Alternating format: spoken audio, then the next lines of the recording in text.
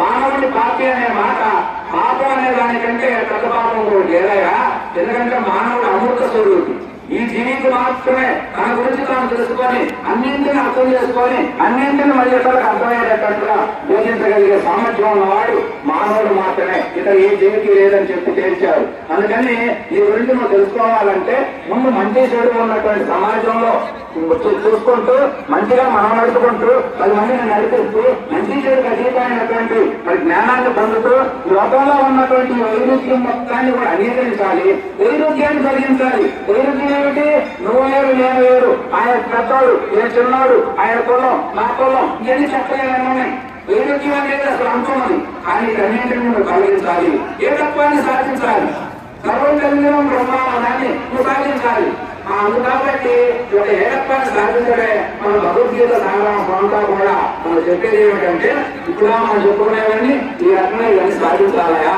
సాధించడం కోసం మానవ జన్మ వచ్చిందే తప్ప మానవ జన్మ దాని యొక్క పరమాత్మ ఏమిటంటే నిన్ను నువ్వు తెలుసుకునే ఆత్మ జ్ఞానాన్ని పొందాలి. జన్మ అయిపోయినటువంటి స్థితిని సాధించాలి.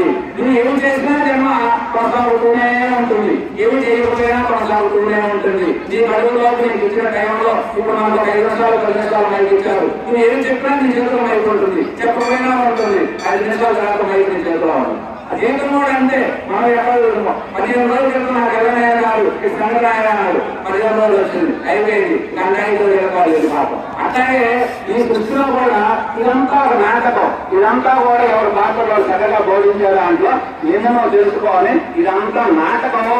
ఇదంతా కూడా శ్రీ శ్రీమన్నారాయణ యొక్క మాయా, శివుడు యొక్క లీల, కాలం యొక్క మహిమ అనేటువంటి తత్వాన్ని ఎవరైతే గుర్తిస్తారో ఆ విధంగా ఎవరైతే తన అర్థం సంపూర్ణంగా అర్థం చేసుకుంటారో ఆ విధంగా జీవిస్తారు. అలా జీవించే వారికి ఆత్మజ్ఞానం అద్భుతమట్టు లెక్క. జ్ఞానం అనేది ఒక ఇస్తే వచ్చేది కాదు. నీకు నువ్వు పరిశోధన చేసుకోవాలి, అంతరంగాన్ని నిన్ను శోధించాలి. ఎందుకంటే అదేదో జ్ఞానం అనేది అంత గొప్పది. జ్ఞానం ద్వారా మాత్రమే మన మానవుడు ముక్తిని పొందగలడని మహాత్మా మనకు తెలియజేశారు. కాబట్టి అట్లాంటి జ్ఞానాన్ని మరి పొందాలి అంటే ఇట్లాంటి సత్కర్మలన్నీ బాగా చేసుకుంటూ మనం ముందుకు పోవాల్సిన అవసరం ఉన్నది. సమాజంలో ఇంకా దేవాలయ వ్యవస్థ అనేది చాలా గొప్పది. దేవాలయ వ్యవస్థ మనకి మన మహాత్ములు ఇచ్చినటువంటి 2 సంపదల్లో ఒకటి కుటుంబ వ్యవస్థ, 2 దేవాలయ వ్యవస్థ. కుటుంబ వ్యవస్థ భార్యాభర్తలు బాగా జీవిస్తా ఉంటే పిల్లలు చక్కగా హాయిగా ఆనందంగా ఉంటారు. ఎక్కడైనా మీరు కుటుంబం అంతా పరిశీలించండి. తల్లిదండ్రి ఎంత బాగుంటే పిల్లలు అంత బాగుంటారు. తల్లిదండ్రి బాగలేకపోతే పిల్లలు బాగోరు. తల్లిదండ్రి హాయిగా చుట్టుకుంటూ చేశారనుకోండి, పిల్లలు చుట్టుకుంటూ చేస్తారని చెప్పి మా గురువు గారు ఆయన సూక్తుల్లో రాసుకోవడం జరిగింది. కాబట్టి మనం తల్లిదండ్రులు పట్టే పిల్లలు, సమాజాన్ని పట్టే పిల్లలు.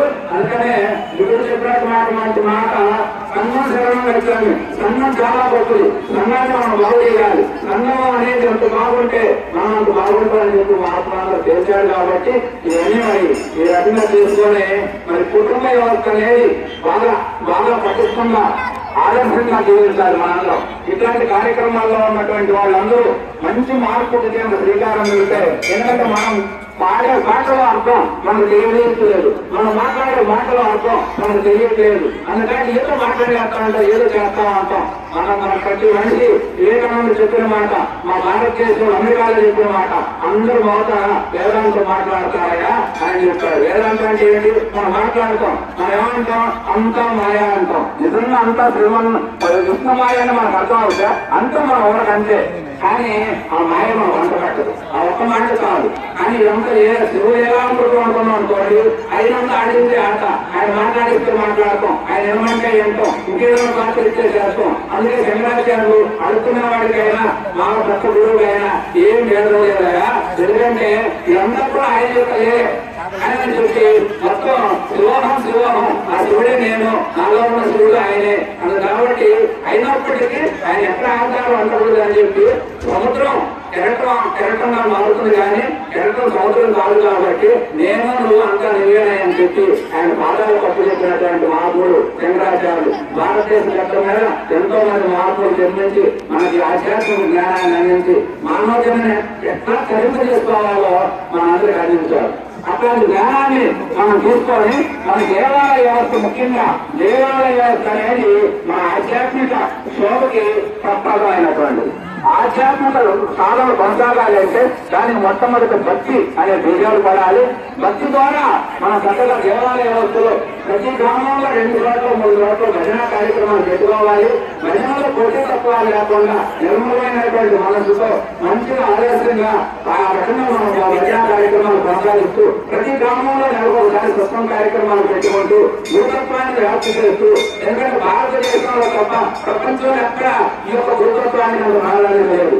భారతదేశంలో తల్లి, తండ్రి, గురువు, దైవం. దేవుడు కూడా 4వ స్థానంలో పెట్టారు. తల్లిదండ్రుల కంటే గురువుని గొప్పవాడిగా చేశారు. కారణం ఏమిటంటే నీకు జన్మనిచ్చిన వాడు గురువు, కానీ జన్మను సాధకం చేయాలంటే గురువు మాత్రమే చేయగలరు. తల్లిదండ్రులు చేసే పక్కనే కాదు. అన్న కాబట్టి గురువుని నమ్మితే, గురువు మాట పట్ల విశ్వాసం ఉంటే, గురువు యొక్క పాదాలు కాదు పదాలను మీరు దాన్ని పట్టుకొని అనుసరించగలిగితే జీవితం సాధ్యమైతేయా. ఇది ఇతరుల కోసం కాదు.